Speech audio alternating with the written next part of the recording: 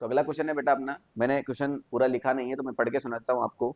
A charge of value q is placed at the edge of a imaginary cube of side edge shown in figure, find the net flux to the cube. तो एक cube है, इसकी एक as के centre पे आपको charge q रखा हुआ है। तो भी सी बात है भैया, गॉस लॉ लगने वाला है। गॉस लॉ क्या बोलता है कि अगर ये कोई गॉसियन सरफेस है, इसके सेंटर में या कहीं भी अंदर, इसके कहीं भी अंदर कोई चार्ज q है, तो इसके वजह से फ्लक्स कितना निकलेगा, q divide by epsilon not. That is simple. यानी इस चार्ज को हमें क्या करना पड़ेगा, किसी इस गॉसियन सरफेस के अंदर लाना पड़ेगा, इस क्यूब के अंदर लाना पड़ेगा। अब इसको पकड़ के तो अंदर ला नहीं सकते, यानी हमें कोई तिकड़म करनी पड़ेगी, यानी हमें क्या करना पड़ेगा, गॉसियन सरफेस बनाना पड़ेगा। बात समझ में आई नहीं? अब गॉसियन सरफेस बनाने के तीन तरीके होते हैं।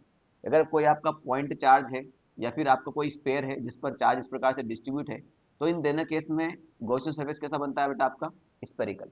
अगर आपका चार्ज डिस्ट्रीब्यूटेड है ना, किसी लीनियर से किसी शीट के ऊपर, तो आपका गॉसियन सरफेस कैसा बनता है बेटा, आपका सिलेंड्रिकल बनता है ना, सिंपल सी बात है। मगर आपका तीसरा गॉसियन सरफेस भी होता है। जैसे मान के चलिए आपको कोई शीट दे रखी है ना, इसके यहाँ से कुछ हाइट ऊपर कोई चार्ज क्यू है, तो शीट दे रखी है तो आपको शीटें खड़ी करनी है ना, और शीट खड़ी करोगे तो एक 3D ऑब्जेक्ट बन जाएगा क्यूब करके, तो ये क्यूब के अंदर आ गया चार्ज, अब गॉस लॉ लग जाएगा आराम से, है ना, यही आपने पढ़ा होगा नोट्स में। तो क्या होता है बेटा, जब हमारे पास शीट होती है तो शीटें लगानी पड़ती हैं। अगर हमारे पास कोई बाउल होगा, उसके सेंटर पे कोई चार्ज क्यों रखा होगा, तो हमें बाउल लगाना पड़ेगा दूसरा ऊपर की तरफ। कोई सिलेंडर होगा जिसके ऊपर यहाँ पर चार्ज क्यों होगा, तो एक और सिलेंडर लगाना पड़ेगा ऊपर।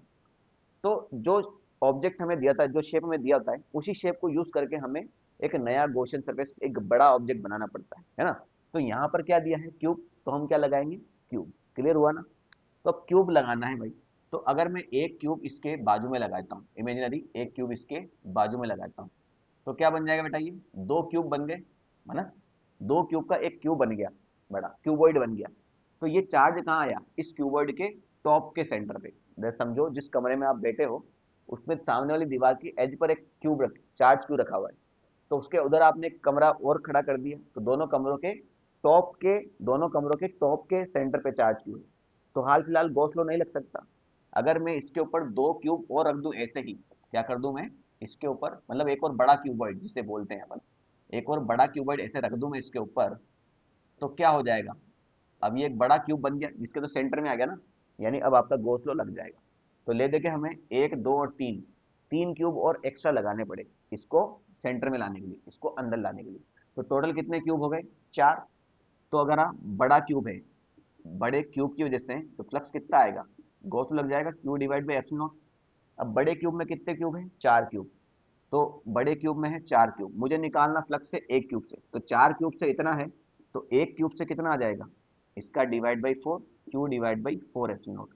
तो ये कहाँ आंसर दे रखा है बेटा आपको, ऑप्शन नंबर बी में।